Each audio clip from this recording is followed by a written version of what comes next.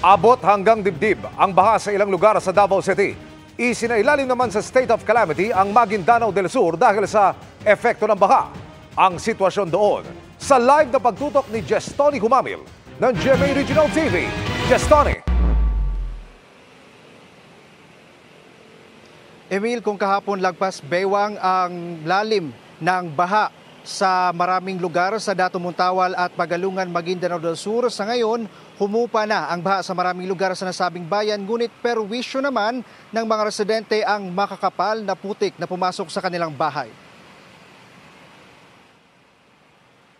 Dahil sa ilang araw na pag-ulang nagpabaha sa maraming lugar sa Maguindanao del Sur, isinailalim na sa state of calamity ang probinsya. Sa aerial view sa Pagalungan, makikita ang lawak ng pinsala. Sa ilang lugar, humupa na ang baha. Ngunit perwisyo naman ang iniwan itong makakapal na putik. Problema po talaga namin kasi mahirap maglinis dito. Kanya-kanya na ring linis ang mga residente. 2 araw na ako naglaba. Masyado ang naglulubog sa baha. Binibilad na ngayon.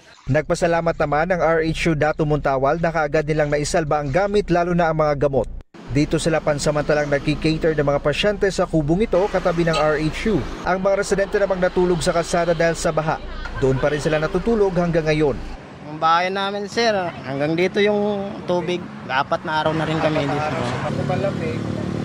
Tinitiis na lang namin, sir.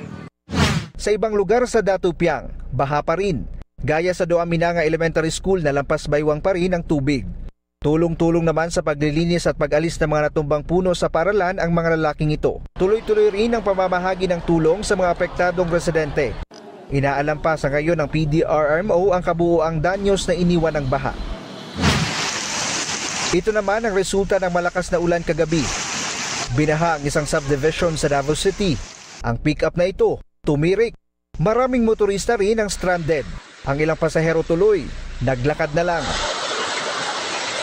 Umabot na sa dibdib ang baha. Grabe talaga yung sitwasyon namin kasi every time may mga baha dito, ito pinaka-worst na baha na pinakamataas.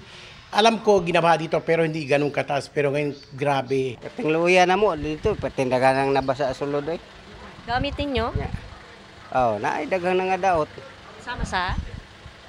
Sa akong freezer. Kaya na mabantay, kumpiyansa lang kayo. Ayon sa Office of the Civil Defense Region 11, nasa 282 na individual ang apektado sa pagbaha sa 7 barangay sa Davao City kagabi.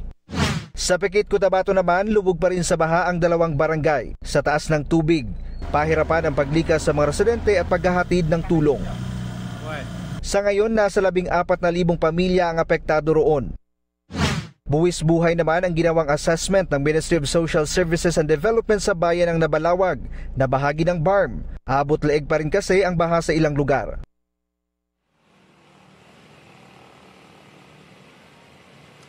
Emil, dalangin ng mga residente ng Dato Montawal at Pagalungan, Maguindanao del Sur na sana hindi na umulan ng malakas sa area ng Bukidnon, Cagayan de Oro City, maging sa parte ng North Cotabato. Emil.